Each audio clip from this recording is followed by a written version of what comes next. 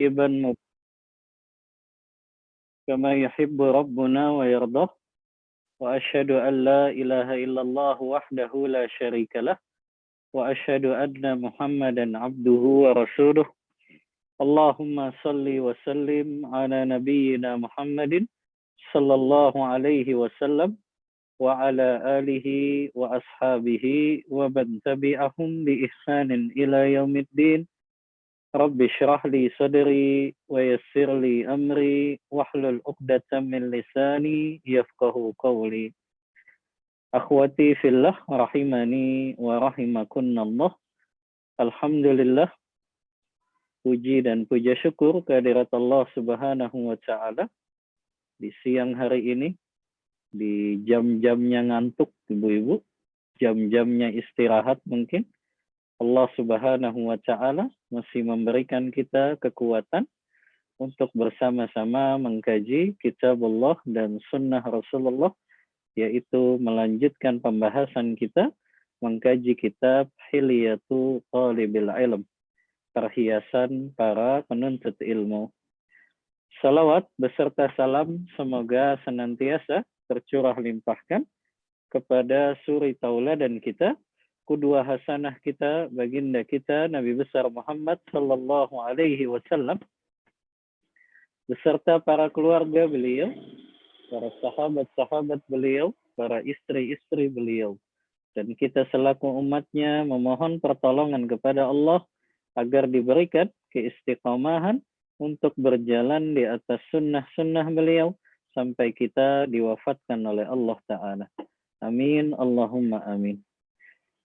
Ibu-ibu yang dirahmati Allah Subhanahu wa Ta'ala, kita lanjutkan kembali kajian kita, masih mengkaji kitab Hilyatu Thalibil Ilm, perhiasan para penuntut ilmu.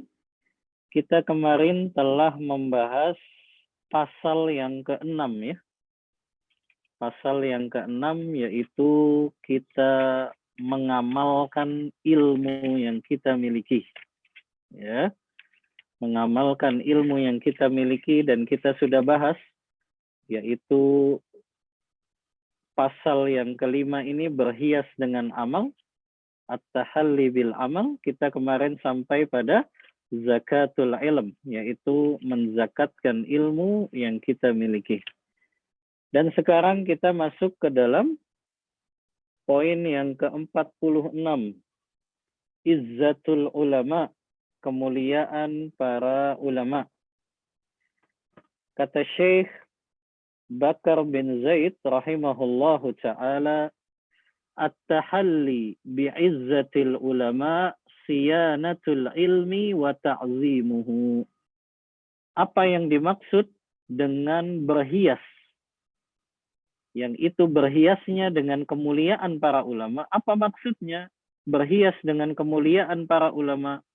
Maka beliau menjelaskan, berhias dengan kemuliaan para ulama maknanya adalah yaitu dengan cara kita menjaga ilmu yang kita miliki dan mengagungkan ilmu yang kita miliki. Ya. Bagaimana cara kita menjaga dan mengagungkan ilmu tersebut? Maka kita wajib menunaikan hak-hak ilmu ini. Karena di antara bentuk kita memelihara martabat dan kemuliaan ilmu adalah dengan kita menunaikan hak-hak ilmu ini. Jadi ilmu yang kita tuntut ini yaitu ilmu agama, ilmu yang bersandar dari kitabullah dan juga sunnah-sunnah Rasulullah yang disesuaikan dengan pemahaman para sahabat, maka ilmu ini ada haknya yang wajib untuk kita tunaikan.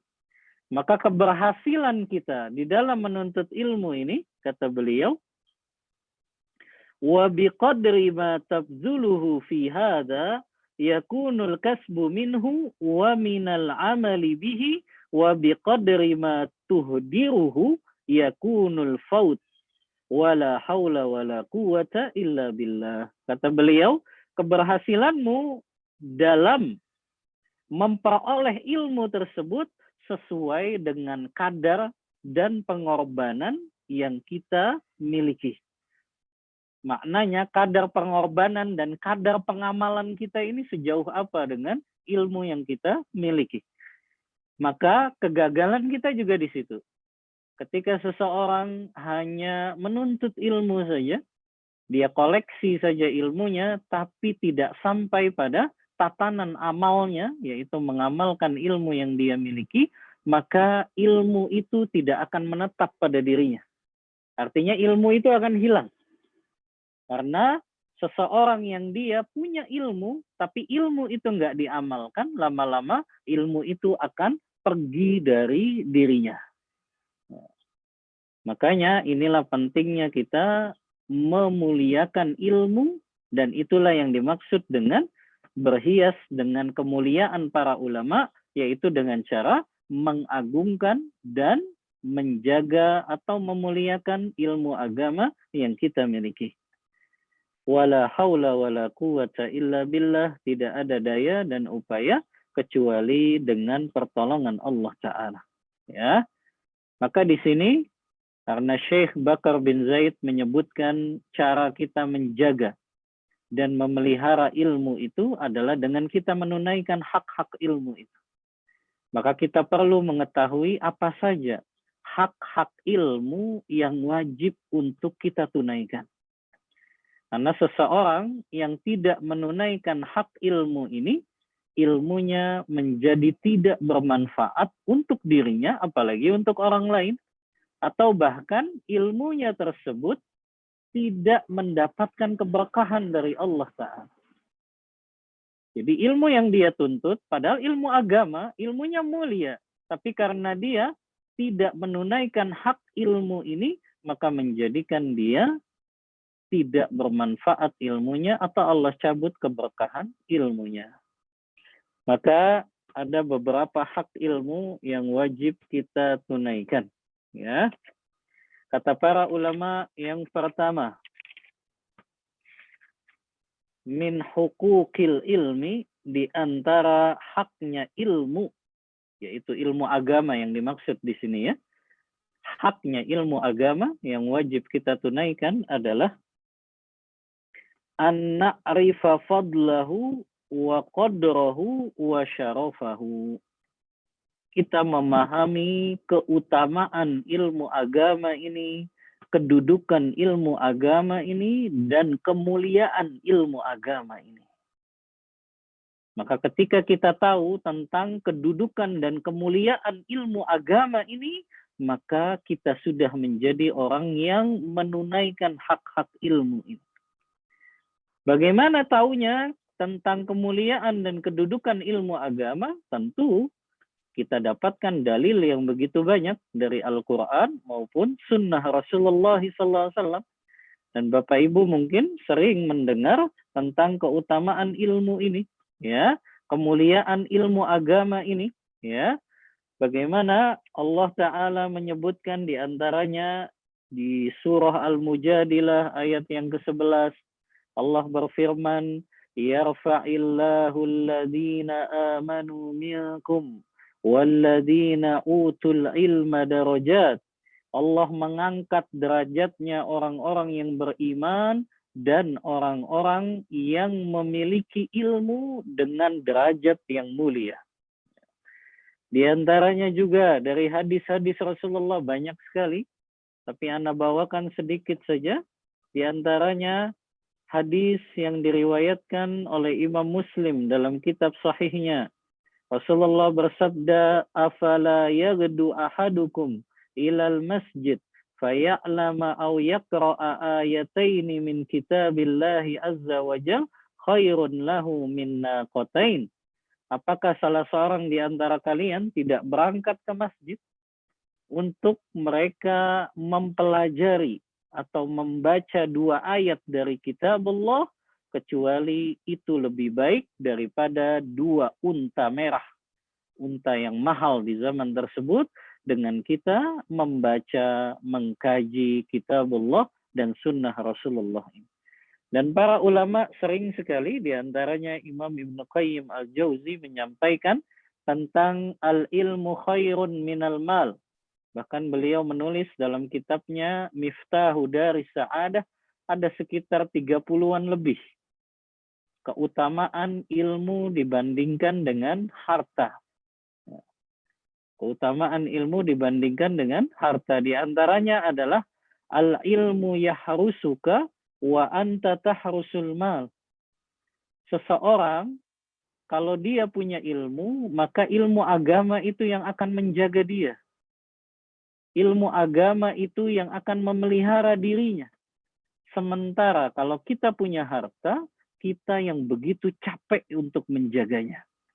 Tapi kalau kita punya ilmu agama itu yang menjaga kita. Menjaga dari apa? Menjaga tidak jatuh ke dalam perbuatan dosa, menjaga dari perilaku-perilaku yang Allah murkai, menjaga agar penghasilan kita tidak dihasilkan dari cara-cara yang diharamkan Allah, menjaga diri kita dari kebinasaan, dari kemudorotan. Itu kan butuh ilmu agama. Makanya ini yang dikejar oleh para ulama. Karena mereka tahu kemuliaan dan keagungan ilmu agama ini. Karena mereka tahu yang bisa mendatangkan kebahagiaan dunia dan akhirat adalah ilmu agama. Yang bisa menemani seseorang di saat dia sakit, di saat dia sedih, di saat dia dalam keadaan kesusahan. Apa yang bisa menemaninya? Ilmu agama. Seseorang ketika terbaring di rumah sakit harus memakai oksigen yang dengan dia menerima infus, terbaring tidak berdaya. Siapa yang menemani dia? Siapa yang bisa menghibur dengan kesulitan, penyakit yang dia hadapi kalau bukan ilmu agama? Itu kan yang baru dirasakan seseorang ketika dia sudah terkena positif COVID-19 dengan gejala yang berat, kemudian dia harus terbaring dirawat di rumah sakit, kemudian dia baru merasakan dia butuh teman. Dan tidak ada teman kecuali ilmu agama itu yang selalu bisa menenangkan hatinya, menjadikan hatinya ini lapang menerima setiap musibah yang dia hadapi, menjadikan hatinya ini lapang menerima segala perkara-perkara yang tidak disukai oleh hatinya. Maka ini menunjukkan bahwasannya ilmu agama ini menjaga kita. Baik dalam keadaan suka, dalam keadaan duka, dalam keadaan senang, dalam keadaan sempit, gitu ya. Dalam keadaan susah, ilmu agama ini kok yang menemani kita. Ya. Kita dicaci maki oleh orang, kita direndahkan oleh orang, kita dibuli oleh orang. Siapa yang bisa menenangkan hati kita kalau bukan ilmu agama? Siapa yang bisa tetap menjadikan hati kita lapang kecuali ilmu agama? Siapa yang bisa menjadikan emosi kita ini tidak meledak-ledak kecuali dengan ilmu agama? Maka ilmu agama ini yang menuntun kita agar menjadi orang yang tadinya mungkin begitu emosional, menjadi orang yang lebih bersabar, bisa menahan emosi. Yang tadinya mungkin kita dulu menjadi orang yang boros gitu ya, suka membelanjakan harta untuk perkara yang tidak bermanfaat, tapi dengan ilmu agama kita bisa menjadikan harta itu sebagai investasi kita di akhirat kelak. Kalau dulunya mungkin kita orang yang susah sekali untuk menjaga lisan, suka bicara semaunya saja, bicara tanpa memperhatikan hati orang lain, tapi dengan ilmu agama, lisan kita menjadi terjaga. Karena kita selalu diingatkan firman Allah, "Ma yalfizu min qaulin illa ladaihi raqibun atid." Tidaklah suatu lafaz, suatu kalimat, suatu kata yang keluar dari lisan seorang hamba kecuali di sebelah kanan dan kirinya sudah ada 2 malaikat yang siap untuk mencatatnya. Itu kan ilmu agama itu. Yang selalu membawa perubahan kepada orang-orang yang menuntut ilmu agama. Yang tadinya pemarah, dia menjadi orang yang lebih bisa menahan emosinya. Yang tadinya dia suka berbuat boros tadi, dia menjadi orang yang memanfaatkan hartanya untuk urusan akhiratnya. Yang tadinya mungkin dia masih melakukan perkara-perkara yang haram, apakah dia punya hubungan yang haram, apakah penghasilannya dari harta yang haram, apakah muamalahnya dari cara-cara yang haram, maka ketika dia belajar ilmu agama, itu melindungi dia, itu menjaga dia, itu memelihara dia untuk tidak terus-menerus jatuh dalam perbuatan dosa-dosa tadi. Maka ilmu ini menjaga kita kok. Ya, makanya orang-orang yang mereka tidak paham ilmu agama, dia akan semakin terjerumus dalam dosa-dosa dan kemaksiatan. Dan itu namanya Allah nggak jaga orang yang seperti itu. Ya, makanya ini diantara keutamaan kita mengetahui kedudukan dan kemuliaan ilmu agama. Ya, ini hak yang pertama. Hak yang kedua dari ilmu ini. Lihat, hak yang kedua ini sama dengan yang sedang kita pelajari, yaitu kita mengamalkan ilmu yang telah kita miliki. Jadi bukan sekedar tadi kita tahu ilmunya, tapi ternyata kita pun harus mengamalkannya. Maka inilah kenapa para ulama, di antaranya para sahabat, para tabi'in, para tabi'ut tabi'in, mereka adalah orang yang begitu bersegera di dalam beramal. Maka ini hak ilmu yang kedua. Kita selalu diingatkan hadis Rasulullah SAW, ya. La tazulu qadama 'abdin yaumal qiyamah. Tidak akan bergeser kedua kaki seorang hamba pada hari kiamat di padang mahsyar kecuali akan ditanya tentang 4 perkara, kan? Salah satunya adalah tentang ilmunya, apakah dia amalkan. Kemudian juga perkataan Abdullah bin Mas'ud radhiyallahu anhu, seorang sahabat Rasulullah, yang beliau berkata, tidaklah suatu ilmu didapatkan seorang hamba kecuali Allah akan tanyakan itu pada hari kiamat nanti. Jadi ilmu yang sudah kita dapatkan, Allah akan tanya pada hari kiamat nanti. Betul tidak sudah kita amalkan? Atau ilmu itu hanya sekedar untuk menjadi kebanggaan saja? Ilmu itu hanya sekedar menjadi koleksi saja? Ya. Kita sudah tahu ilmu-ilmu yang begitu banyak mungkin.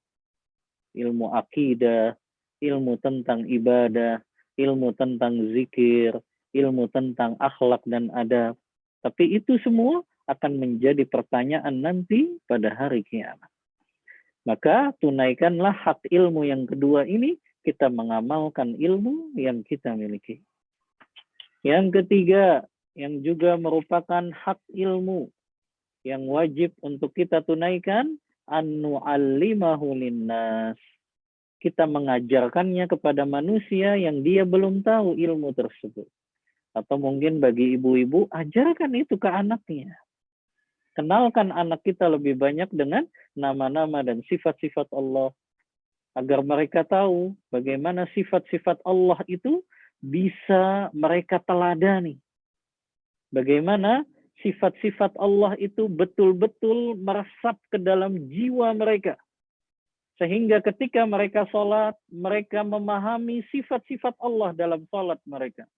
Ketika mereka beribadah haji dan umrah, mereka meresapi sifat-sifat Allah Ta'ala.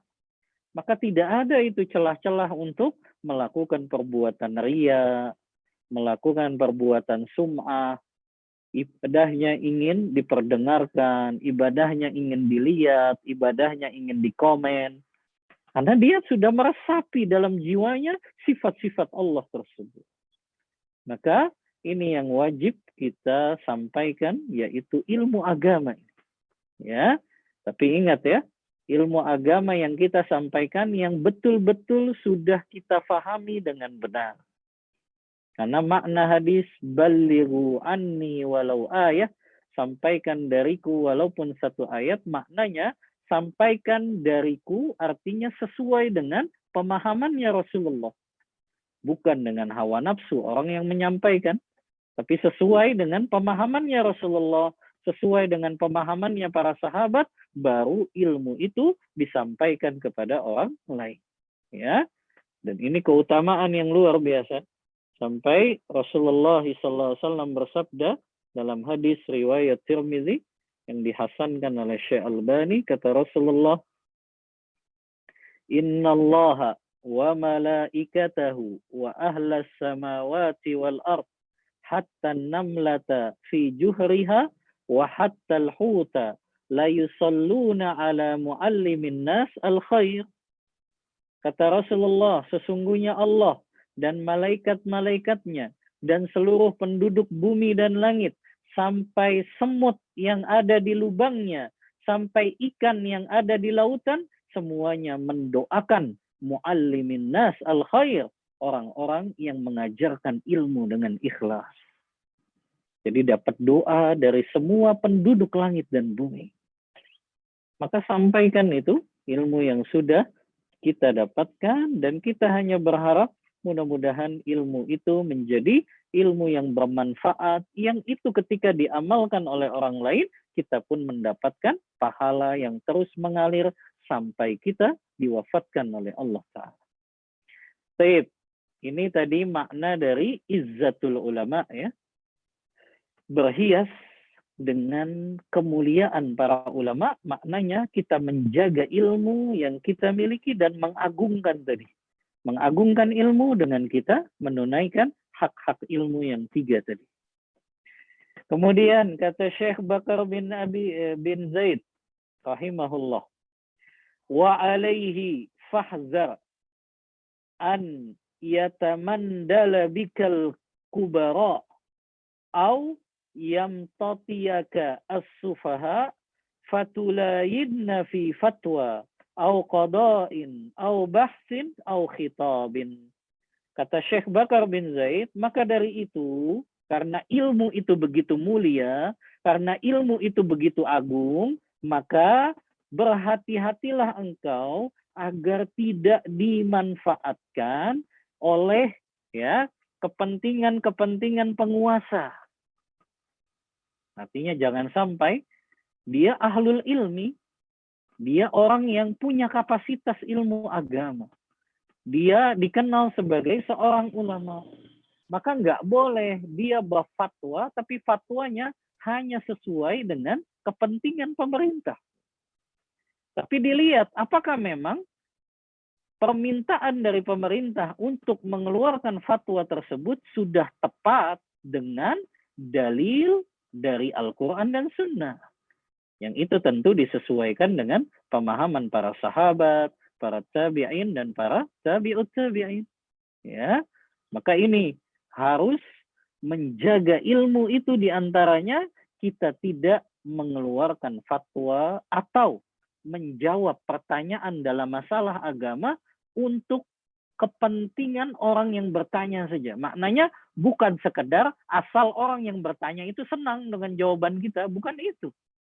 Ya, tapi kita ketika menjawab pertanyaan dalam masalah agama, kita sampaikan yang hak itu hak, yang batil itu batil, yang halal itu halal, yang haram itu haram.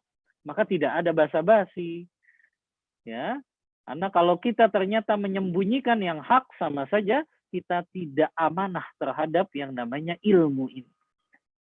Makanya orang-orang yang dia sudah mencapai kapasitas ulama, dia harus amanah dengan ilmu yang dia miliki.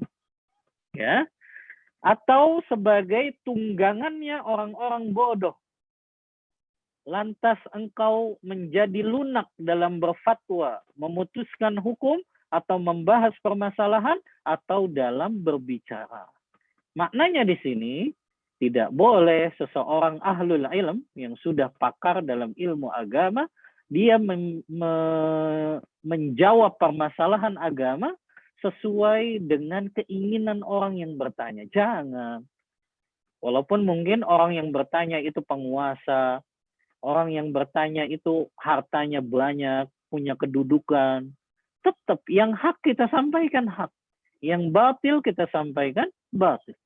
Ya, Ana belum lama ya, sebulan lalu, Ana diminta oleh kepala sekolah untuk mengkaji tentang hukum hadiah untuk guru, untuk ustadz di pesantren yang dia sudah dapat gaji tetap, dan apa hukumnya mereka menerima hadiah dari para wali murid, para wali santri.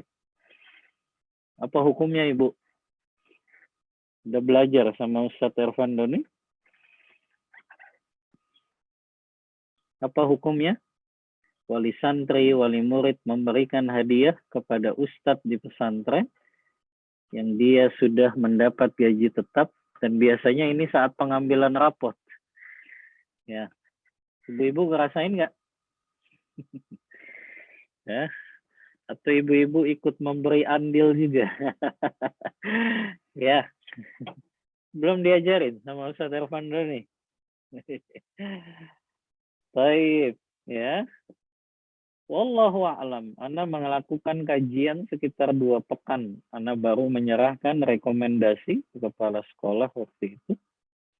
Dan Ana dapatkan dalil-dalil, ya, walaupun ulama memang beda pendapat, ya.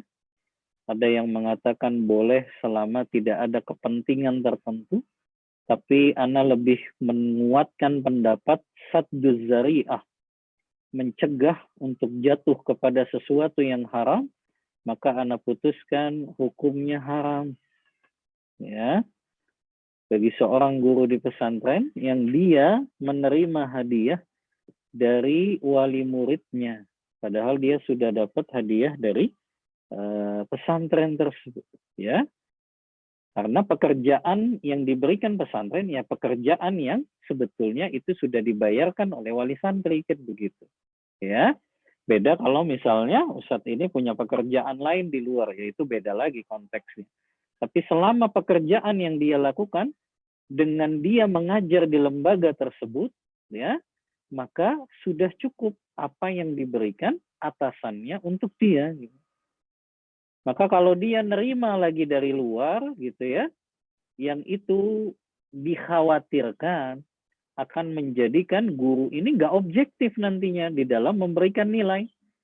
Makanya biasanya kan kalau ambil rapot tuh luar biasa, wali santri, ya, wali siswa itu mereka datang dengan hadiah-hadiah, ya. Maka ini bahaya sebetulnya.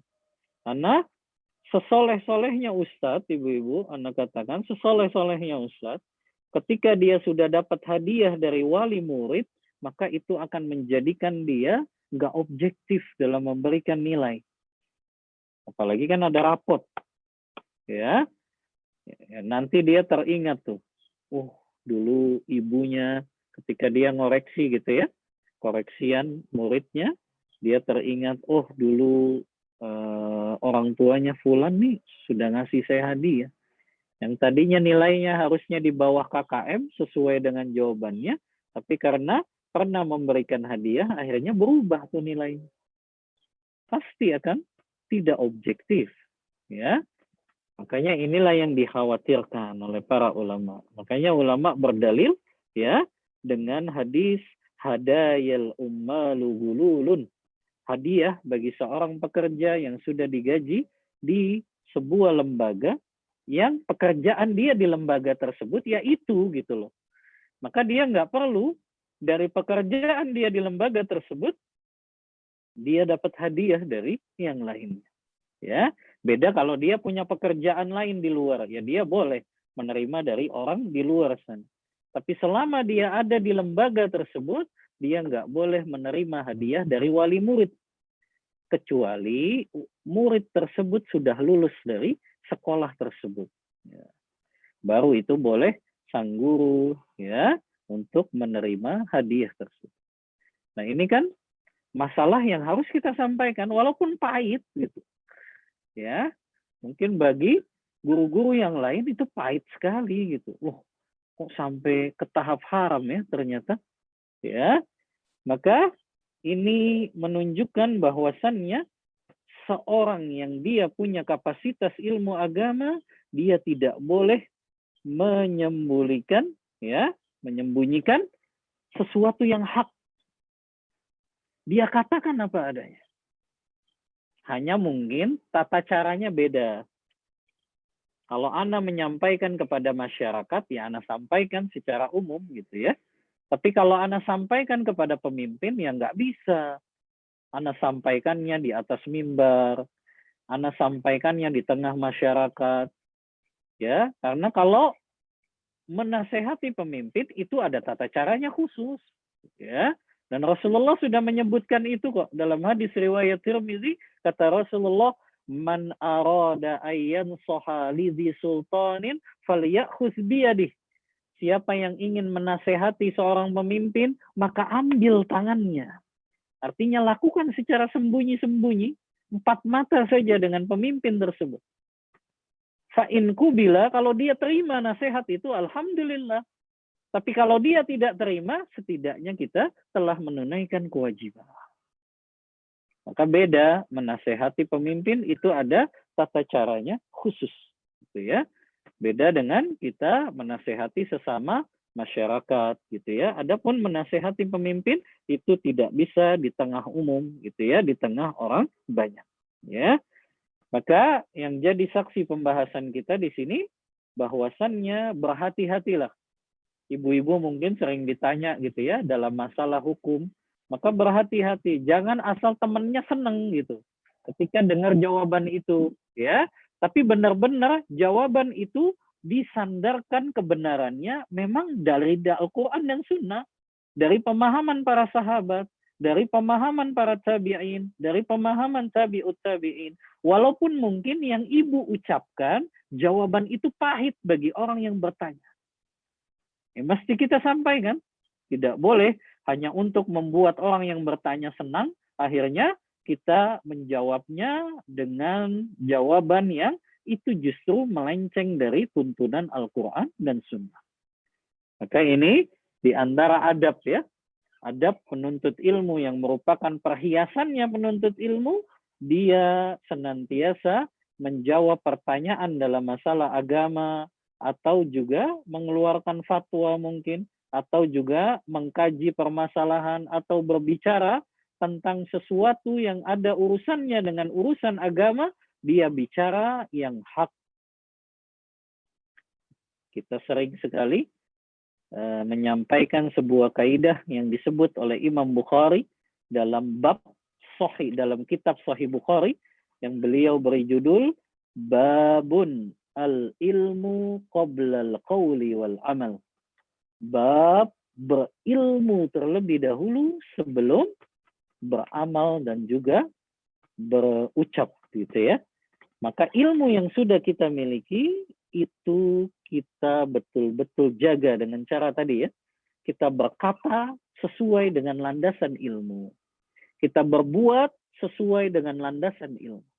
Jangan sampai kita berkata yang sebenarnya itu bukan ilmu yang benar. Tapi kita sembunyikan ilmu yang benarnya.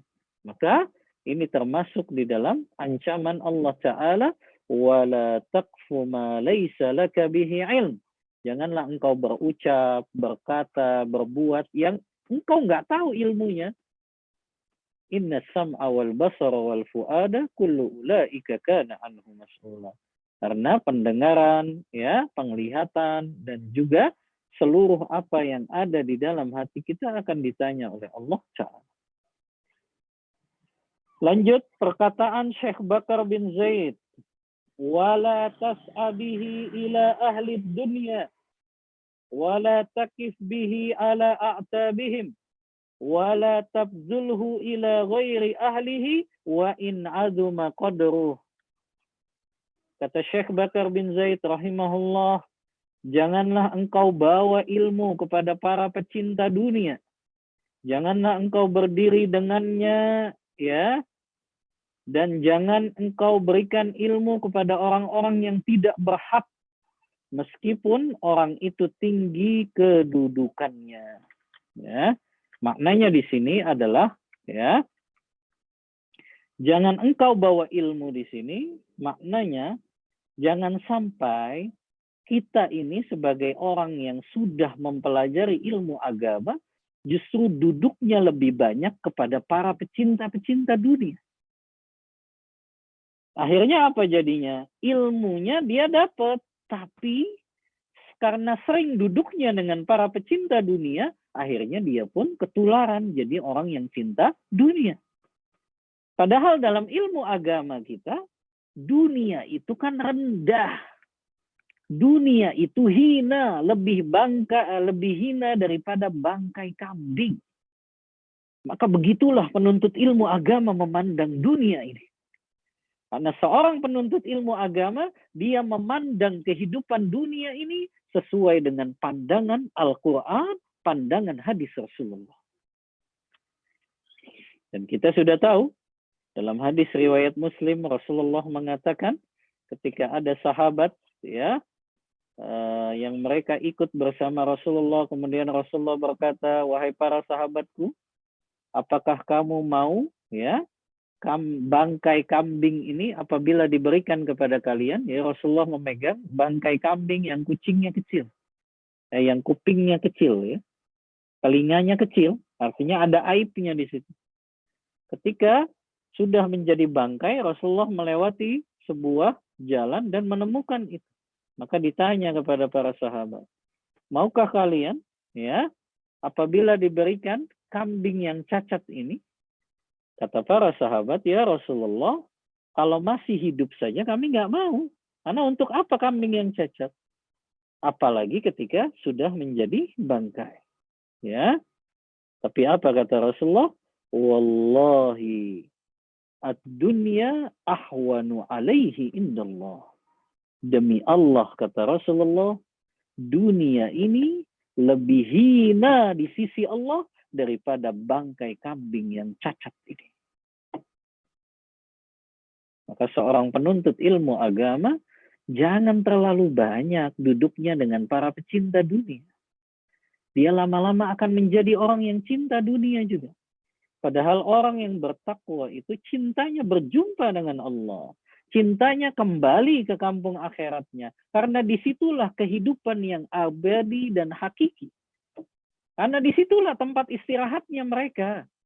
Karena selama mereka di dunia, justru orang-orang yang beriman gak akan bisa beristirahat. Karena kenapa? Karena dunia itu hakikatnya ujian dan cobaan memang. Ya, maka inilah hakikat kehidupan dunia. Makanya orang yang menuntut ilmu agama, jangan dia bawa ilmu kepada para pecinta dunia, maknanya bukan berarti ilmu itu nggak boleh disampaikan, tapi ilmu ini dia jaga. Jangan sampai dia sudah menuntut ilmu agama, tapi banyak duduknya kepada para pecinta dunia. Yang akhirnya mereka pun menjadi orang-orang yang terlalu cinta dengan kehidupan dunia. Dan Rasulullah pernah mengabarkan penyakit yang berbahaya, kan? Yaitu penyakit wahan. Yang mungkin sebagian besar kaum muslimin, baik sadar ataupun tidak, hari ini mereka tertimpa penyakit itu. Hubbud dunya wa karahiyatul maut. Mereka terlalu cinta dengan kehidupan dunia dan mereka justru takut berjumpa dengan Allah Ta'ala. Padahal orang yang beriman, orang yang bertakwa itu senang kalau berjumpa dengan Allah. Karena itulah hari dia istirahat dari cobaan, ujian yang harus dia lalui di dunia ini. Makanya di antara doanya Rasulullah kan, waj'alil mauta rahatan lana min kulli syarr. Kata Rasulullah, ya Allah, jadikanlah kematianku ini sebagai tempat istirahat. Subhanallah. Istirahat dari ujian, istirahat dari keburukan-keburukan. Tapi hari ini justru orang senang banget, ya. Kalau dia umurnya panjang, kalau umurnya panjang dalam ketaatan nggak masalah. Tapi ini umurnya panjang, nggak tahu dia apakah akan dalam ketaatan atau tidak. Maka seorang mukmin justru dia lebih senang berjumpa dengan Allah Ta'ala. Kata Rasulullah, man ahabba liqa Allah, ahabballahu liqa'ah. Siapa yang senang berjumpa dengan Allah, maka Allah pun senang berjumpa dengannya. Subhanallah. Ini orang yang beriman, ya. Dia sudah capek di dunia ini. Dia sudah lelah di dunia ini. Ya, maka yang dia inginkan adalah istirahat. Bagaimana istirahatnya? Dengan dia kembali kepada Allah Ta'ala. Ya. Maka subhanallah, kalau kita fahami ini, maka tidak ada itu penyakit takut mati dan terlalu cinta kepada dunia. Karena kita tahu yang kita persiapkan di dunia ini kan bekal untuk akhirat saja. Maka kita ini sering Anda sampaikan hadis Rasulullah, kun fit dunya ka'annaka gharib au abiru sabilin. Jadilah kalian di dunia itu sebagai pengembara saja. Jadi jangan terlalu cinta sama kehidupan dunia ini yang akhirnya kita lupa menyiapkan bekal kita untuk kehidupan akhirat kita. Jangan terlalu cinta dengan dunia ini yang akhirnya ketika ada sesuatu yang luput dari cita-cita dunia kita, kita merasa sedih yang begitu lama. Subhanallah. Padahal kehidupan dunia, kehidupan yang sementara, kehidupan yang akan kita tinggalkan, dan kehidupan yang abadi justru di kampung akhirat kelak. Ya, maka ini yang harus kita persiapkan. Kemudian kata Syekh Bakar bin Zaid, wa matti' basaraka wa basirataka biqira'ati tarajimi wasiyari li'a'immati mabau. Sejukkanlah pandanganmu. Artinya sejukkanlah pandangan matamu dan mata hatimu dengan membaca biografi para ulama terdahulu. Para ulama salaf ya. Para sahabat, para tabi'in, para tabi'ut tabi'in. Yang kalau kita baca biografi dan kehidupan mereka, itu kan begitu menyejukkan hati kita. Kita baca coba Khulafaur Rasyidin saja. Bagaimana kehidupan mereka yang diberikan jabatan, tapi mereka hidupnya sederhana gitu. Mereka hidupnya sederhana. Ya. Sampai khalifah ya, Umar bin Al-Khattab ya, Utsman bin Affan, di tengah kekayaan beliau, tapi beliau jadikan kekayaannya itu untuk umat. Bukan untuk memperkaya diri mereka. Bukan untuk memperkaya kepribadian mereka. Nah, ini kan yang gagal difahami oleh para pejabat kita hari ini. Ya, yang mereka menjadikan ya jabatan itu justru untuk memperkaya diri mereka secara pribadi. Na'udzubillah. Tapi dulu para ulama salaf, mereka menggunakan jabatan itu justru untuk menghabiskan harta mereka agar harta mereka ini bisa dimanfaatkan oleh umat. Subhanallah. Kalau Bapak Ibu-ibu baca biografinya Utsman bin Affan. Ya. Beliau itu orang terkaya di kalangan para sahabat. Tapi ketika beliau meninggal dunia dan beliau turun dari jabatannya, yang dipaksa itu oleh orang-orang Khawarij, beliau hanya meninggalkan, kalau tidak salah 1 atau 2 ekor unta saja yang beliau punya. Karena semua hartanya habis sudah. Untuk kepentingan kaum muslim. Untuk kepentingan umat. Lihat bagaimana Khulafaur Rasyidun. Makanya, pemimpin-pemimpin seperti Khulafaur Rasyidin ini ya harus kita cetak. Mereka menjabat itu bukan untuk memperkaya diri mereka. Bukan untuk membesarkan diri mereka. Tapi bagaimana mereka memperbesar umat ini. Menjadikan izzah umat ini kembali lagi. Menjadikan semua umat ini menjadi orang yang sejahtera. Kan begitu harusnya. Ya. Makanya sejukkanlah pandangan matamu dan juga mata hatimu dengan membaca biografi para ulama salaf terdahulu.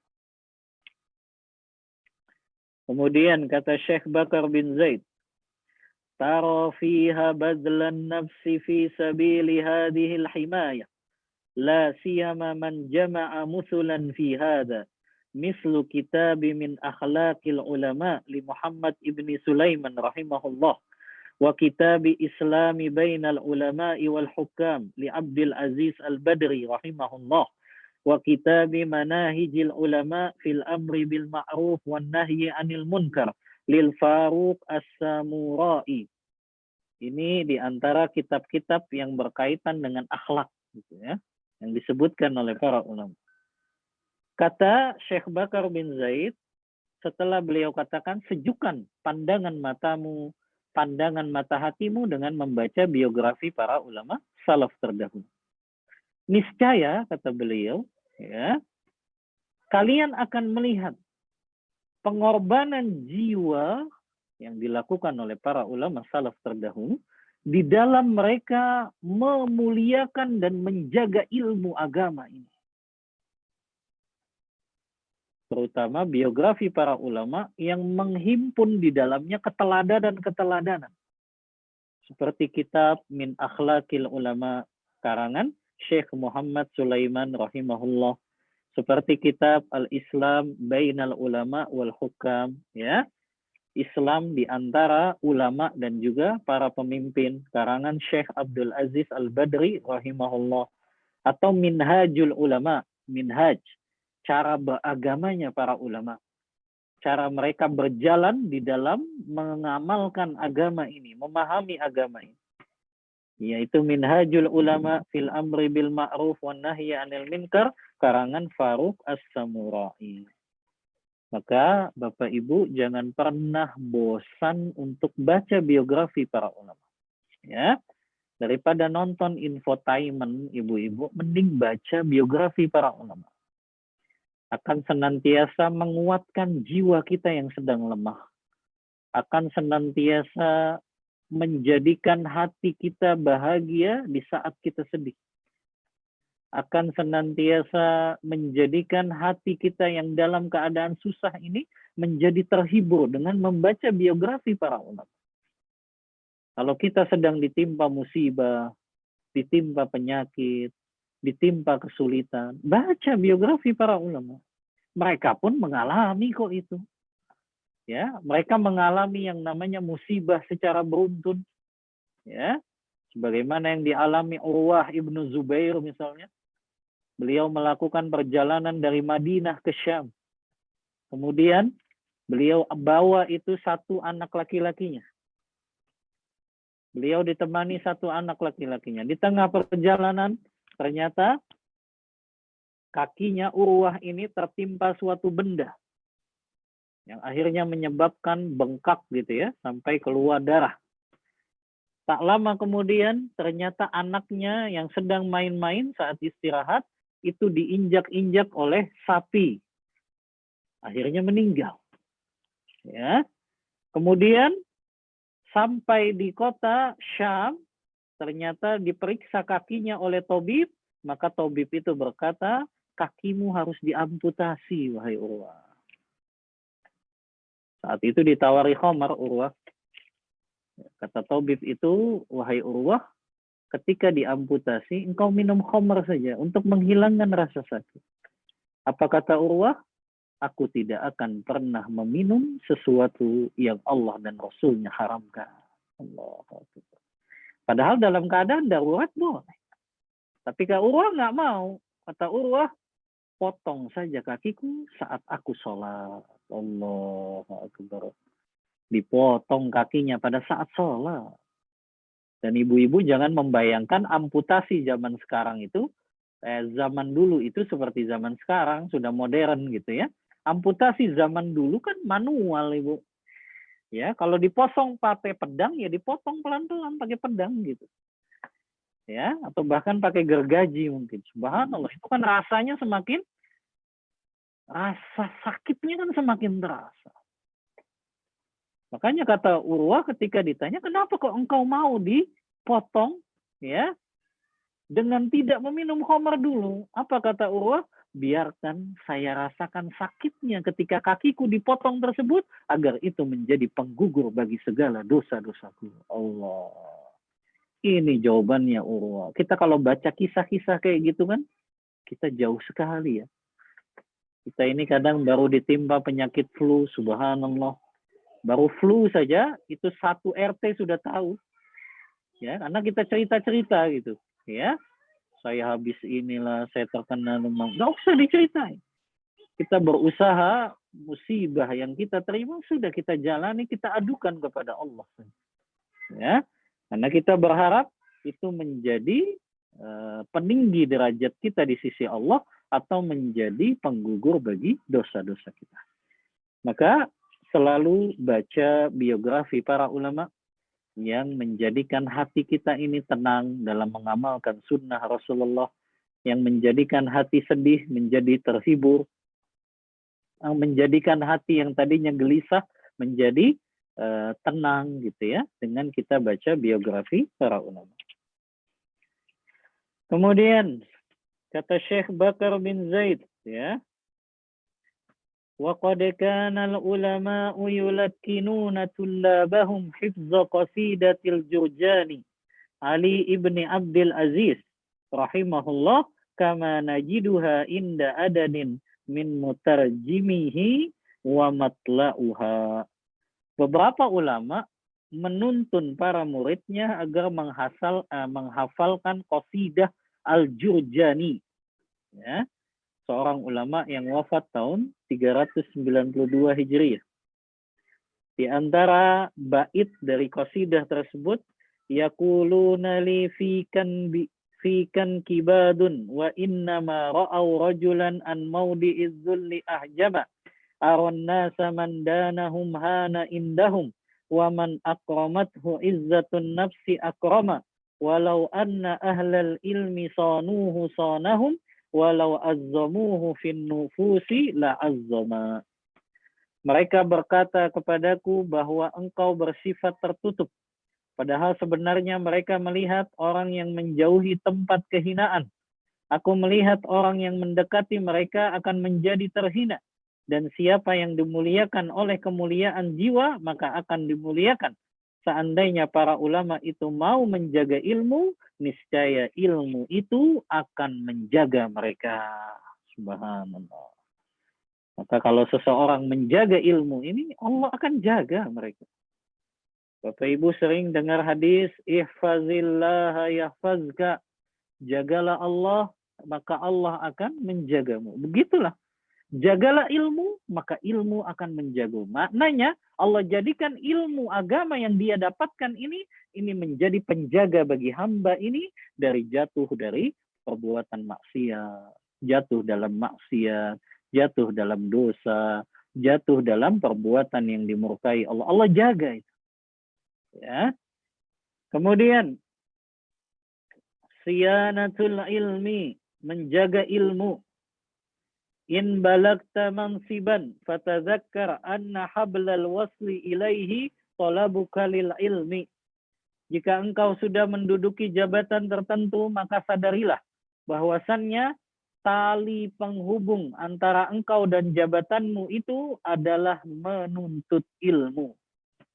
Makanya apapun profesi kita, Bapak Ibu, apapun profesi kita, apakah karyawan, apakah dokter, apakah dosen, apakah guru, atau ibu rumah tangga, itu kan profesi.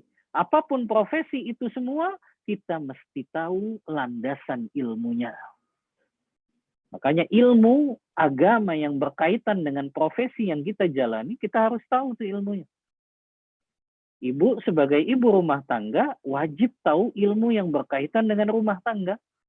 Bagaimana mendidik anak, bagaimana menunaikan hak-hak anak, bagaimana menunaikan hak-hak suami, bagaimana menunaikan hak-hak tetangga, bagaimana menunaikan hak-hak kerabat, gitu ya. Agar dia tahu ketika dia menjalani kehidupan rumah tangga, dan ibu itu kan atau istri itu kan memang yang diamanahi oleh suami untuk menjaga rumahnya.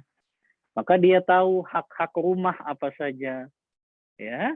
Apa saja itu hak-hak rumah yang wajib dia tunaikan ketika berada di rumahnya, ya.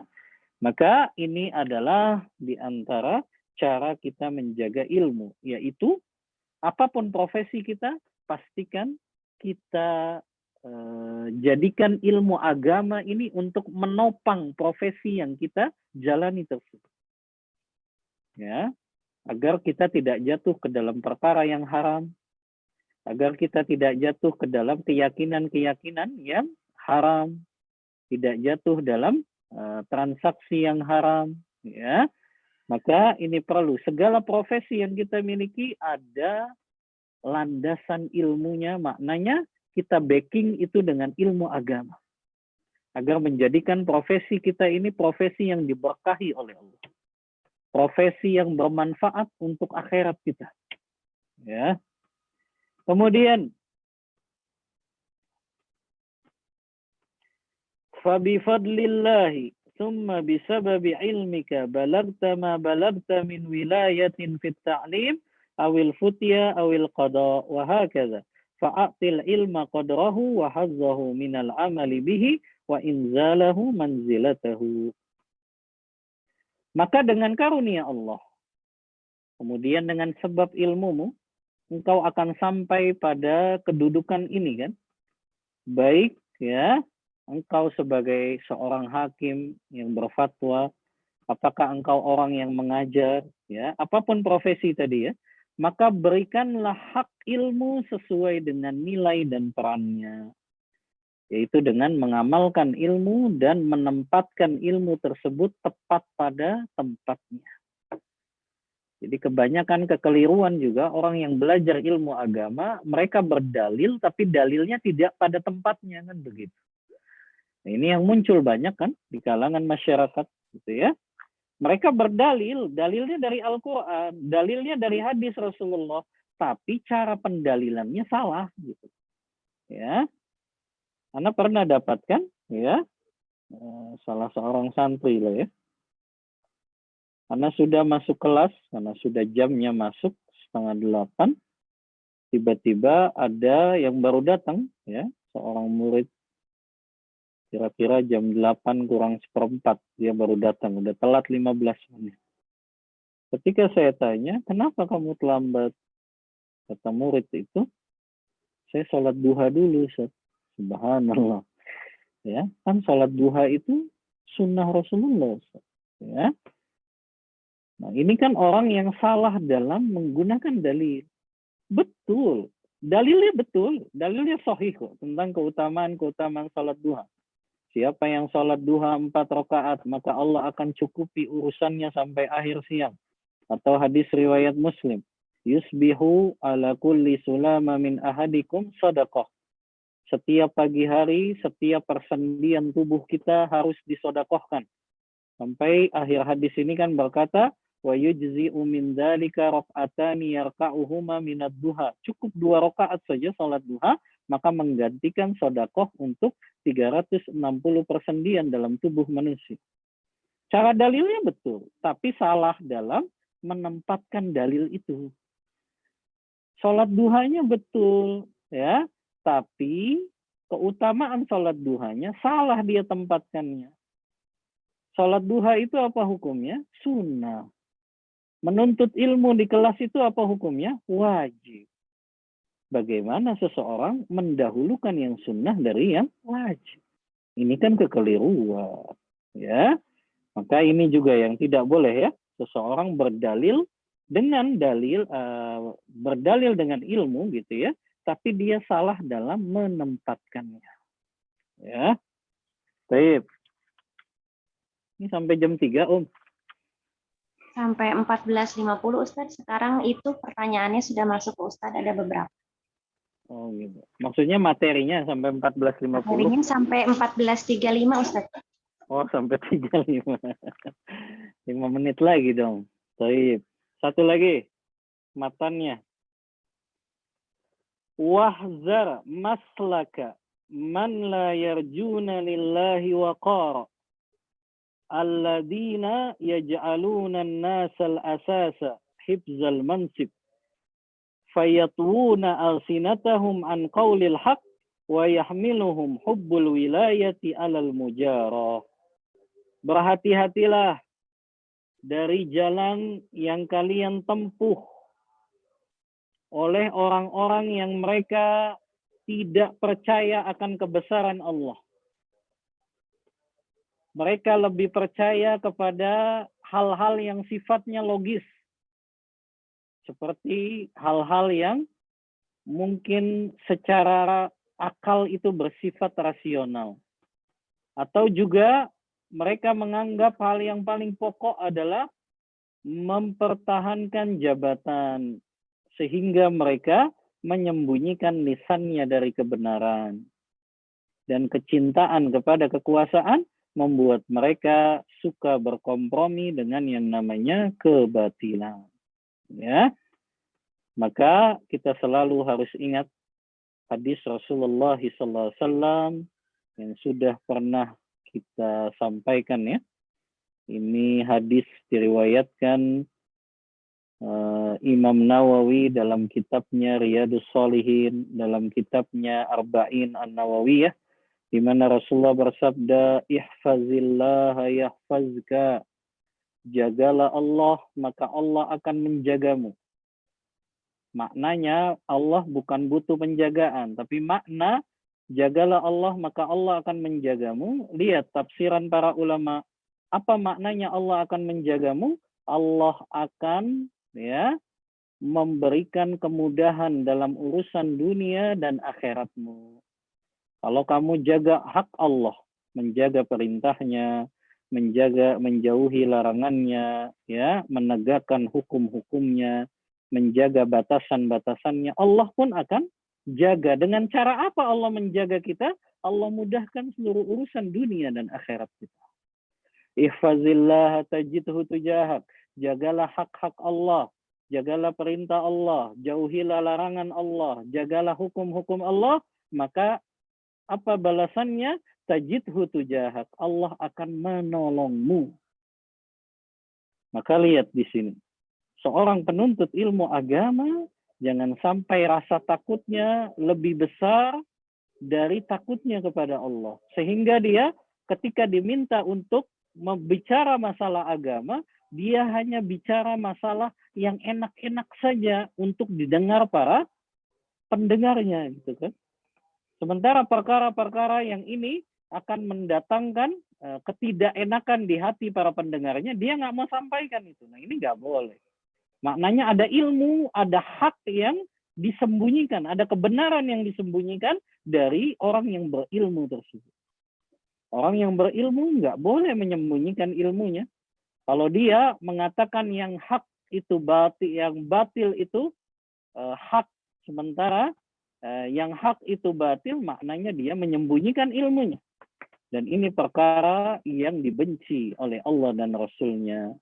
Kata Rasulullah, man su'ila an ilmin, siapa yang ditanya tentang suatu ilmu agama, fakatamahu, dia sembunyikan yang hak itu, dia sembunyikan yang benar itu, dia sembunyikan yang itu merupakan yang haknya, supaya dia ingin mempertahankan kekuasaannya, mempertahankan jabatannya, mempertahankan popularitasnya, maka apa? Maka dia diancam oleh neraka, kata Rasulullah. Maka Allah akan lemparkan dia dengan api neraka. Ya. Maka inilah sebagian dari matan yang bisa kita baca dari Hilyah Thalibil Ilm, ya, yaitu beberapa adab tadi ya, masih dalam pasal yang ke-6, yaitu berhias dengan ilmu, berhias dengan kemuliaan para ulama, berhias dengan kita menjaga ilmu, kemudian juga tadi kita senantiasa memenuhi kehidupan kita dengan banyak membaca biografi para ulama salaf terdahulu. Baik, Ana cukupkan untuk materi siang hari ini. Mudah-mudahan bermanfaat. Wallahu ta'ala a'lam bis-shawab. Wa sallallahu ala nabiyyina Muhammadin wa ala alihi wa sahbihi wasallam. Baik, kita lanjut tanya jawab.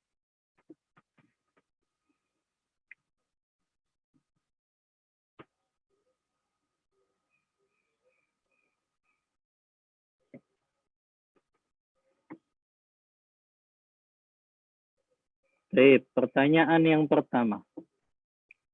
Jika ada orang tua santri tengok anaknya ke pondok, terus bawa oleh-oleh ya untuk ustadznya serta anak istri. yang sekamar dengan anaknya. Apakah si penjual oleh-oleh untuk ustadz diperbolehkan? Maksudnya gimana? Oh, yang menjual oleh-oleh itu, ya. Jika tidak boleh, apakah si penjual oleh-oleh tersebut berdosa karena mengetahui barang yang dijual itu dijadikan untuk oleh-oleh untuk ustadz tersebut? Iya, jazakallah khairan. Pertanyaan yang jazakillah khairan. Pertanyaan yang sangat bermanfaat. Orang yang menjual, ya, sebetulnya dia nggak perlu tahu, ya, untuk apa kue yang dia jual itu atau kue yang telah dibeli darinya itu, ya. Maka kalau kue itu ternyata tadi digunakan sebagai oleh-oleh untuk ustadz yang ada di pondok di sana, yang sebetulnya mereka tidak boleh menerima itu, apakah penjual itu berdosa? Penjual itu berdosa kalau tidak menyampaikan yang haknya kepada si pembeli. Ya, maka penjual sampaikan. Kalau dia tahu misalnya ya, sebetulnya dia nggak harus nyari tahu kan penjualnya. Ada orang yang beli kue kepada dia, kemudian ya sudah, nggak perlu dia tanya, itu kuenya buat apa ya? Nggak perlu kan sebetulnya. Tapi kalau ternyata dia sudah terlanjur tanya, dan ketika dia tanya, oh ini untuk oleh-oleh Ustadz gitu ya, yang Ustadz itu yang anak saya lagi nyantri di sana gitu. Maka itu jelas, Anda sebagai penjual tahu, maka sampaikan. Oh, kalau yang Anda dapat ya, ilmu dari beberapa asatizah ternyata memberikan oleh-oleh atau hadiah kepada ustadz di pesantren yang dia sudah digaji dari lembaga, itu nggak boleh sampaikan ya. Adapun kalau ibu sudah menyampaikan tapi dia tetap jadikan itu sebagai oleh-oleh, maka tidak ada dosa bagi penjual karena dia sudah menyampaikan ya. Apalagi kalau dia nggak tahu ternyata kuenya digunakan untuk oleh-oleh tersebut. Tapi kalau dia sudah tahu ya tadi dia sampaikan dengan lemah lembut tentunya ya, dan dengan perkataan yang tidak menggurui gitu ya. Intinya saya sering dengar dari asatizah bahwa itu perkara yang tidak diperbolehkan. Ya, maka tadi ya boleh dia jual kue tersebut dengan tadi kalau dia sudah tahu akan digunakan untuk hadiah kepada ustadz maka sampaikan. Kalau dia sudah sampaikan dan orang itu tetap memberikan hadiahnya kepada ustadz, maka dia tidak berdosa sebagai penjualnya. Wallahu ta'ala a'lam bissawab. Assalamualaikum Ustaz. Suami fulanah tidak mau membiayai biaya sekolah pondok jika anaknya sekolah di pondok bermanhaj salaf. Jadi fulanah sebagai istri harus membiayai sendiri jika tetap mau memondokkan anak sekolah sunnah. Sementara istri tidak sanggup. Tapi kalau bukan sekolah di sekolah sunnah, suaminya mau membiayai. Bagaimana solusinya Ustaz? Iya, Masya Allah ya. Syukran, jazakillah khairan. Yang harus difahami, yang pertama adalah suami harus memahami kewajiban dia yang harus dia tunaikan kepada istri dan anaknya. Maka sampaikan kewajiban suami, selain dia memberikan nafkah materi kepada anaknya, dia juga wajib memberikan pendidikan agama yang benar kepada anaknya. Karena sebagaimana kata Ibnu Qayyim al-Jauzi, fasadul aulad min qibalil aba. Rusaknya anak-anak remaja yang ada di tengah masyarakat saat ini itu karena sebab ayah-ayah mereka yang tidak amanah. Maka ayah yang amanah itu seperti apa? Selain dia harusnya membiayai pendidikan anaknya, karena ayah itu kan nggak bisa dia ngajarin. Kecuali ayahnya memang bisa ngajarin masalah agama. Tapi dia sudah tidak bisa, maka dia ingin titipkan ke sebuah lembaga. Maka dia tentu wajib membiayai pendidikan anaknya. Karena itu sama dengan memberi nafkah. Ya.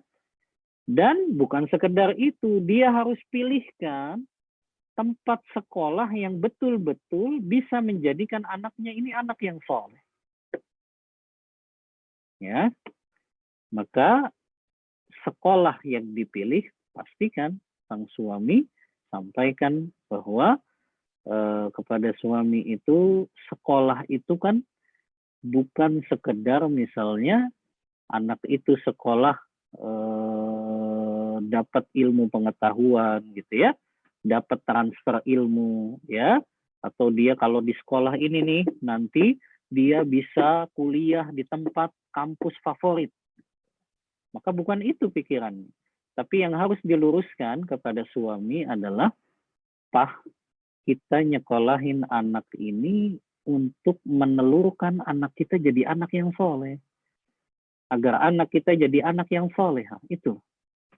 Karena kenapa? Jangan sampai dia sudah keluarkan biaya mahal gitu ya ke suatu sekolah, tapi ternyata sekolahnya tidak tujuannya untuk menjadikan santri ini soleh.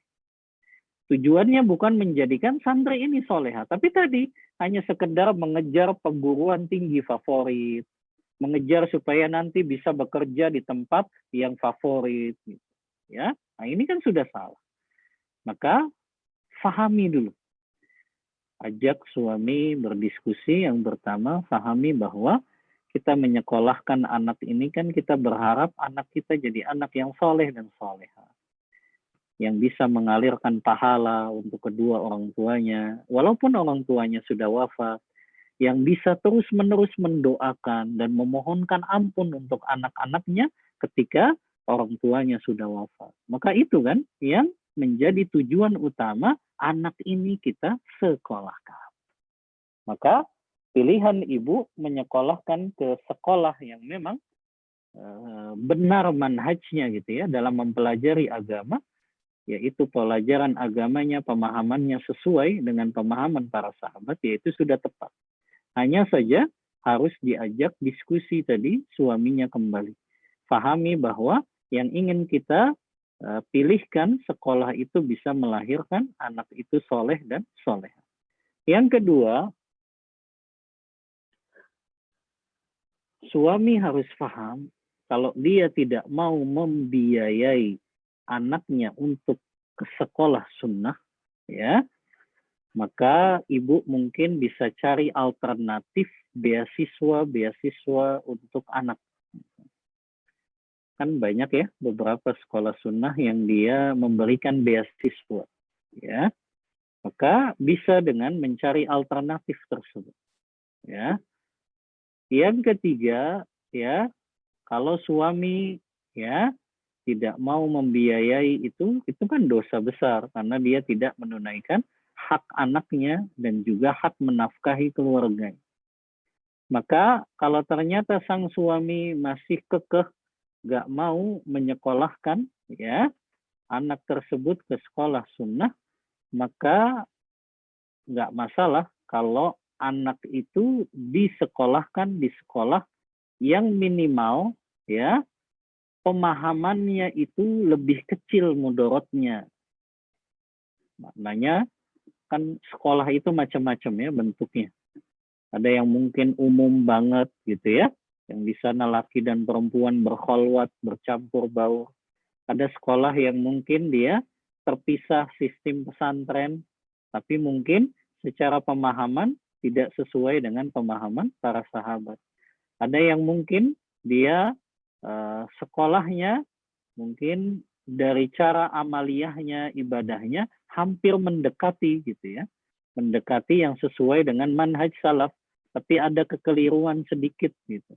Maka ambil yang kekeliruannya sedikit itu saja, ya, agar anak kita tetap bisa sekolah dan nanti setiap pelajaran di sekolahnya ya ibu bisa mengkontrol bila ada pemahaman-pemahaman yang keliru.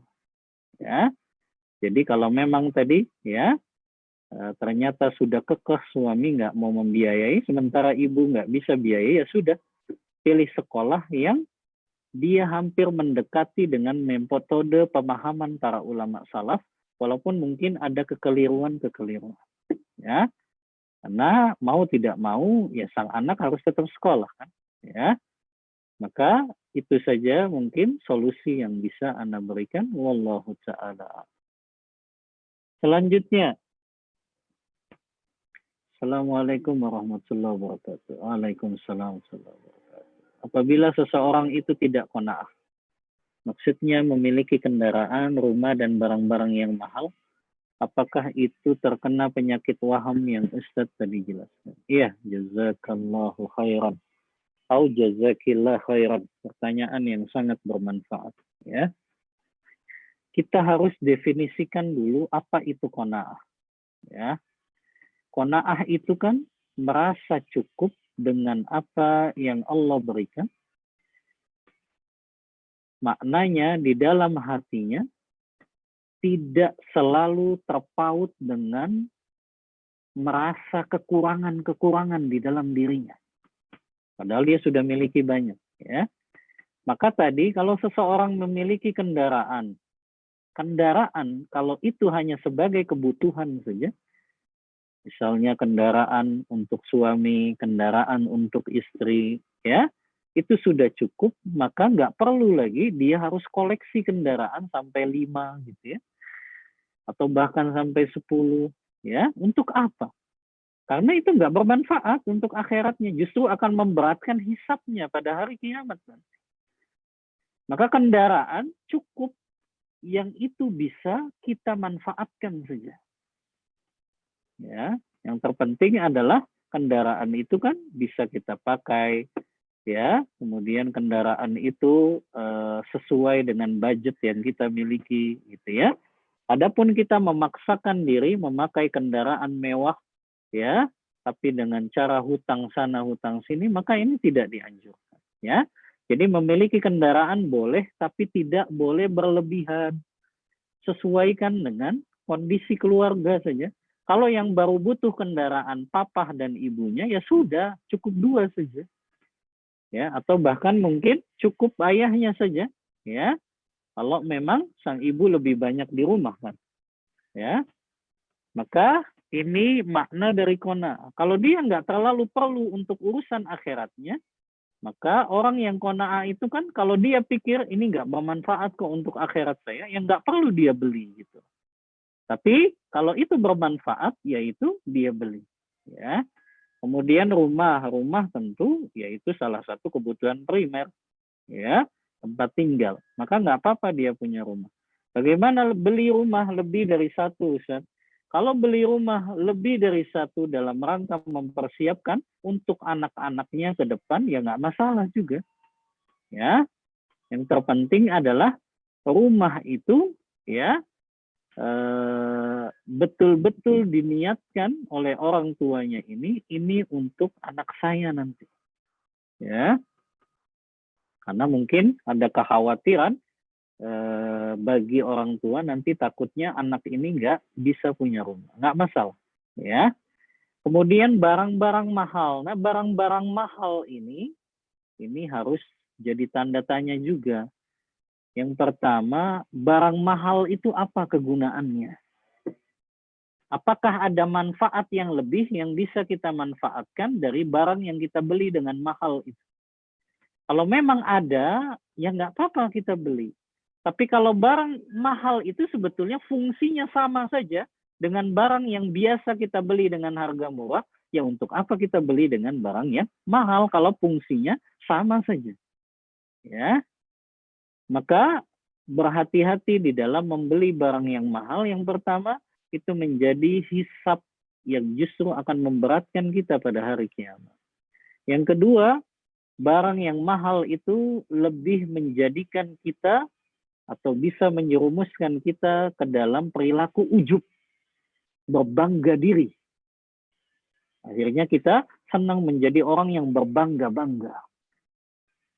Senang untuk selalu dihormati, ya, merasa oh dia orang yang paling kaya, ya. Maka ini berhati-hati. Yang ketiga, ya, membeli barang-barang yang mahal, ya, itu perkara yang sama dengan tindakan pemborosan. Kalau kita bisa beli yang murah karena fungsinya sama, ya sudah. Nggak perlu dengan beli yang mahal. Kecuali ada kelebihannya ya. Misalnya kalau beli yang lebih mahal, ini bisa lebih awet, ya itu nggak masalah. Gitu ya. Tapi kalau ternyata dari sisi awetnya sama saja, dari sisi kualitasnya sama saja, maka untuk apa membeli yang mahal? Dan juga membeli yang mahal dibolehkan tanpa berlebih-lebihan. Tapi kalau sudah berlebihan, itulah tadi yang disebut dengan penyakit wahan. Penyakit wahan tuh nggak pernah merasa puas. Ya, sudah punya kendaraan 2, sudah cukup kok buat suami dan istri, tapi dia beli lagi untuk nanti gonta-ganti pakainya. Untuk apa? Kalau itu hanya jarang digunakan saja. Apa kepentingannya untuk akhirat kita nanti? Nggak ada kan? Kecuali ibu ingin sumbangkan pakaian mobil itu untuk misalnya operasional pesantren, operasional lembaga dakwah, operasional majelis taklim, itu bermanfaat. Ya, kalau diwakafkan. Tapi kalau diem aja di rumah, padahal sudah cukup dengan 2 mobil, tapi dia beli lagi, maka ini termasuk dalam tindakan orang yang wahan tadi, cinta dunia. Hanya berlomba-lomba di dalam mengoleksi harta-harta dunia ini. Wallahu ta'ala a'lam bishawab. Ustaz, bagaimana hukumnya? Saat suami WFH, tapi tidak mengerjakan 8 jam kerja. Ada jajan, ada ngantar anak, ada tidur-tiduran sebentar. Baik. Wallahu ta'ala a'lam, ini harus dilihat dari akad perjanjian antara suami itu dengan perusahaan. Maknanya, akad kerjanya itu berdasarkan jam atau berdasarkan pekerjaan. Kalau berdasarkan jam 8 jam, berarti ya harus tepat 8 jam. Tapi kalau berdasarkan pekerjaan saja, kalau pekerjaan selesai, ya boleh. Ya, kalau anak kan begitu. Kalau ngajar selesai, ya sudah. Ya, boleh keluar dari lembaga tersebut. Ya, maka tergantung tadi, akadnya apa antara suami dengan perusahaan tersebut. Akadnya berupa jam kerjanya. Kalau jam kerjanya memang harus 8 jam, berarti dia harus kerja 8 jam. Ya. Adapun dia jajan, ngantar anak, tidur-tiduran, maka dia harus ganti itu 8 jam kerja tadi. Dia pakai berapa jam buat jajan? Dia pakai berapa jam buat ngantar anak? Dia pakai berapa jam buat tidur-tiduran? Nanti dia harus ganti sesuai dengan jam kerjanya yang harus 8 jam. Kalau memang akad antara suami dengan perusahaan itu tadi berdasarkan jam. Tapi kalau hanya berdasarkan kerjanya saja, pokoknya kalau kerjanya udah selesai, ya sudah. Dia boleh melakukan aktivitas yang lain. Maka berarti nggak masalah, dia nggak mengganti 8 jam ini. Artinya nggak harus 8 jam kerjanya. Tapi kalau memang berdasarkan jam, ya dia harus kerja 8 jam ini. Kalau kurang dari itu, berarti dia berdosa. Sama saja dia mengambil gaji yang tidak halal karena sebagiannya ada yang bukan merupakan haknya. Ya, maka ini berhati-hati terhadap yang namanya akad ya, perjanjian kerja. Wallahu ta'ala a'lam. Selanjutnya, izin bertanya Ustaz, apabila kita dulu belum mengenal sunnah, sehingga mendidik anak-anak belum sesuai sunnah, sehingga masih ada dampaknya pada perilaku anak saat ini, dan agak susah memperbaiki perilaku tersebut, mohon pencerahannya.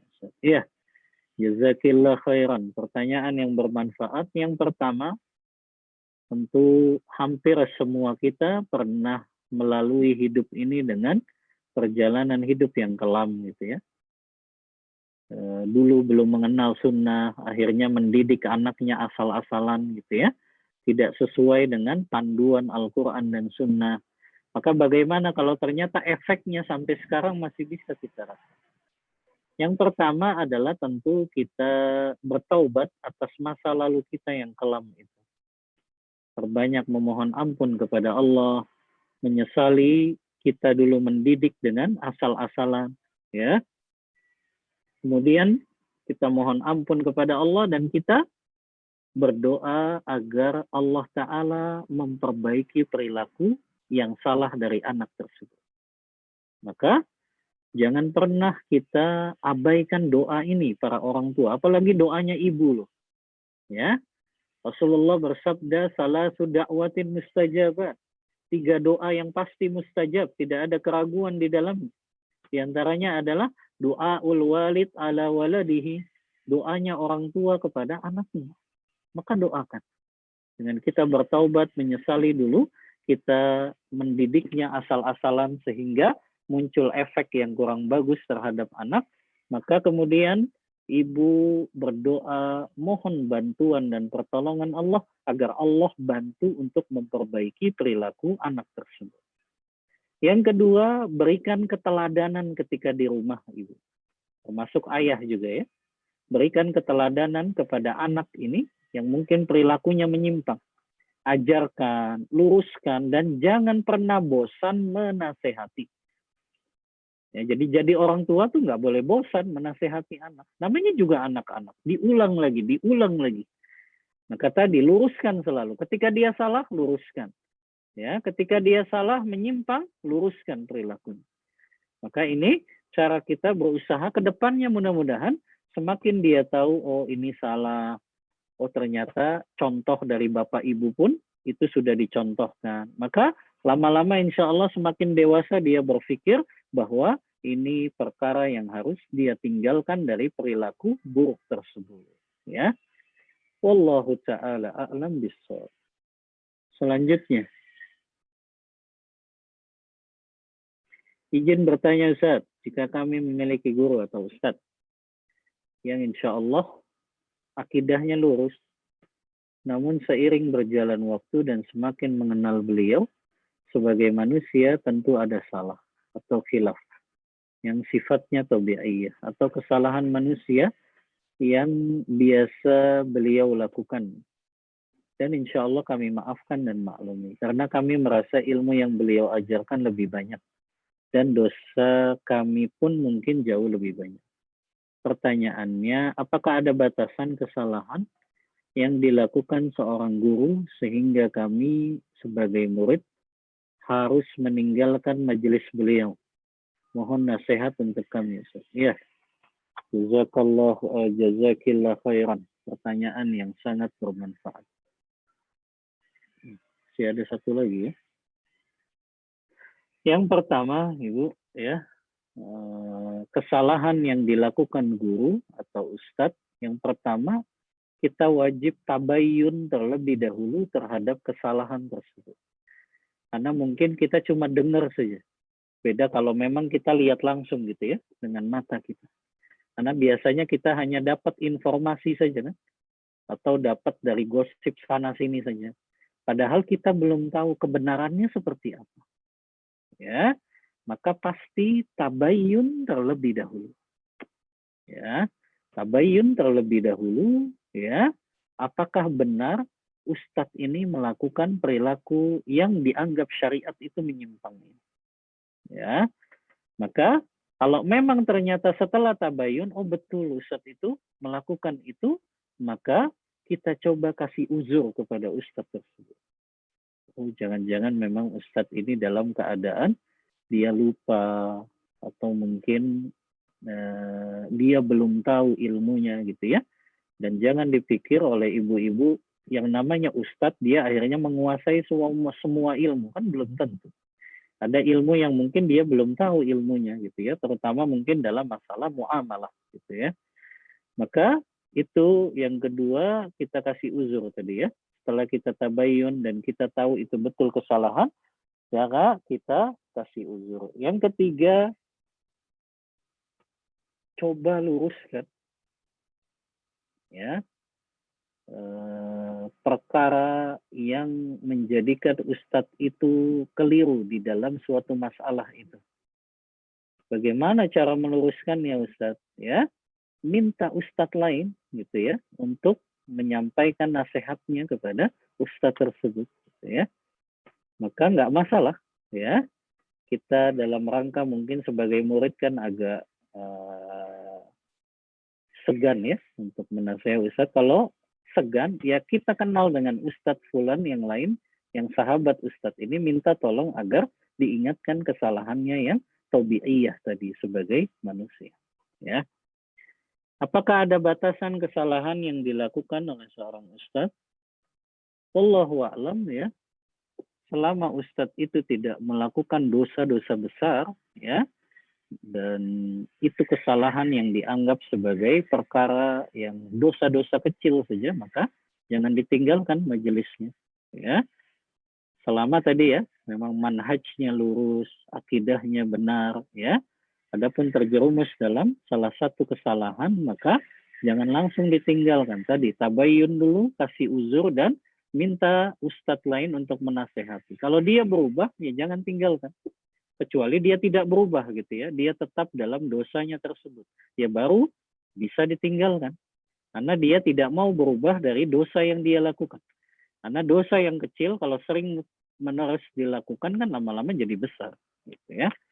Maka tadi selama tidak melakukan dosa kecilnya secara terus-terusan, artinya dia menyadari kesalahannya, maka dia pun bertaubat dan dia berubah, ya jangan tinggalkan majelisnya. Kecuali ustadz ini ternyata setelah dinasehati masih nggak berubah juga, ya, maka tidak perlu menghadiri majelisnya lagi karena dia akan terus-menerus melakukan dosa ini. Atau tadi dia terjerumus dalam dosa besar, ya. Dosa besar mungkin Bapak Ibu bisa baca kitab Al-Kabair dari Imam Zahabi. Ya, selama sang ustadz itu tadi ya menjalani tadi, kalau dia melakukan dosa kecil dan diingatkan oleh ustadz lain dia berubah atau dia tidak jatuh dalam dosa besar, maka itu jangan ditinggalkan majelisnya. Wallahu ta'ala a'lam bishawab.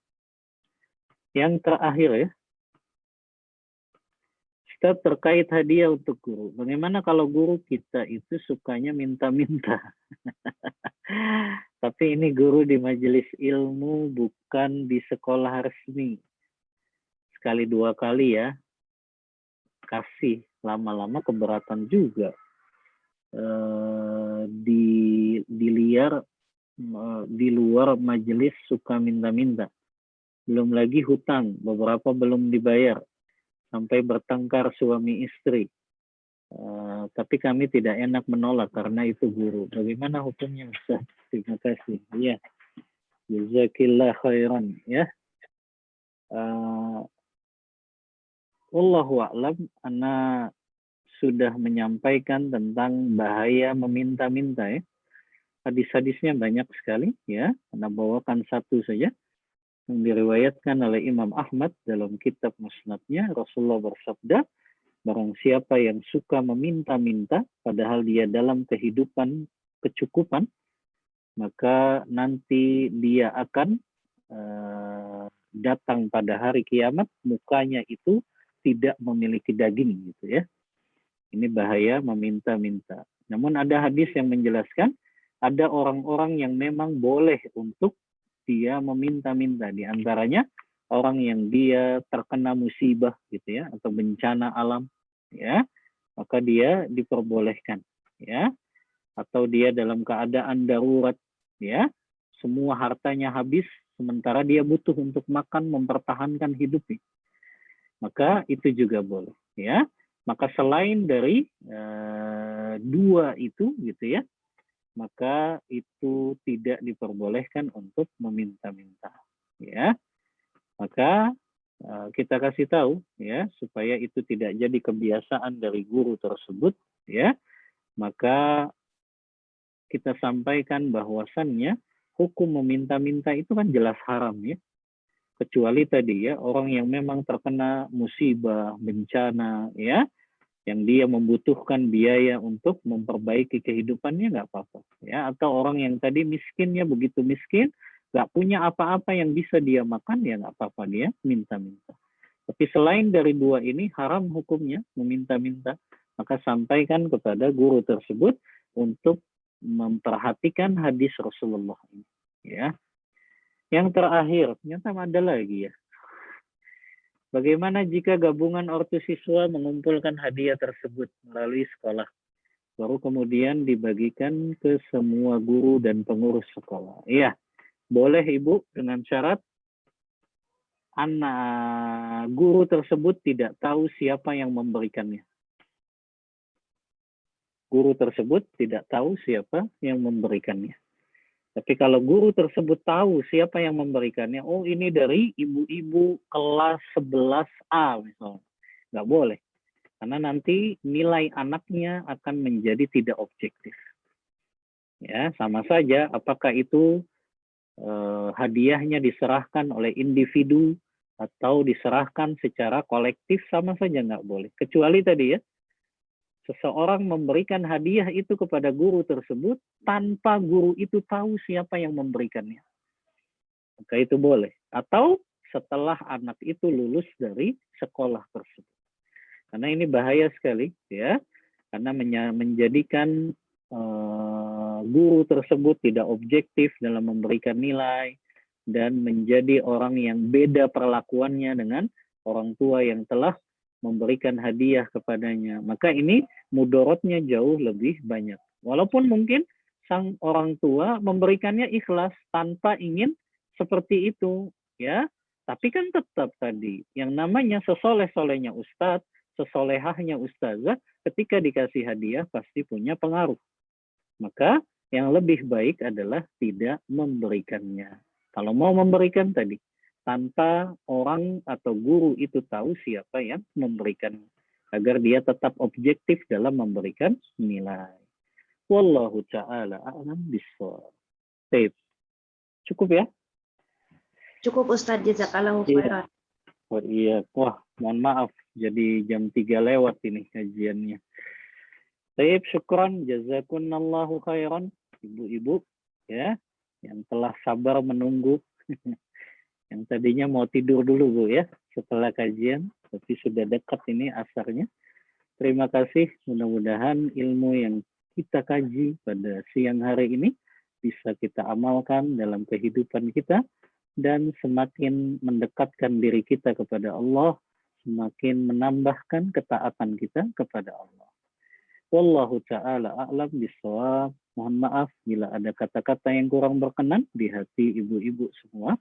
Aqulu qawli hadza wa astaghfirullah li wa lakum wa sallallahu ala nabiyyina Muhammadin wa ala alihi wa sahbihi wa sallam. Kita tutup kajian kita dengan membaca doa kafaratul majlis. Subhanakallahumma wa bihamdik asyhadu an la ilaha illa anta astaghfiruka wa atubu ilaik. Walhamdulillahi rabbil alamin. Wassalamu alaikum warahmatullahi wabarakatuh. Waalaikumsalam warahmatullahi wabarakatuh. Jazakallahu khairan. Izin wa iyyakum. Izin pamit Ibu. Barakallahu fiikum.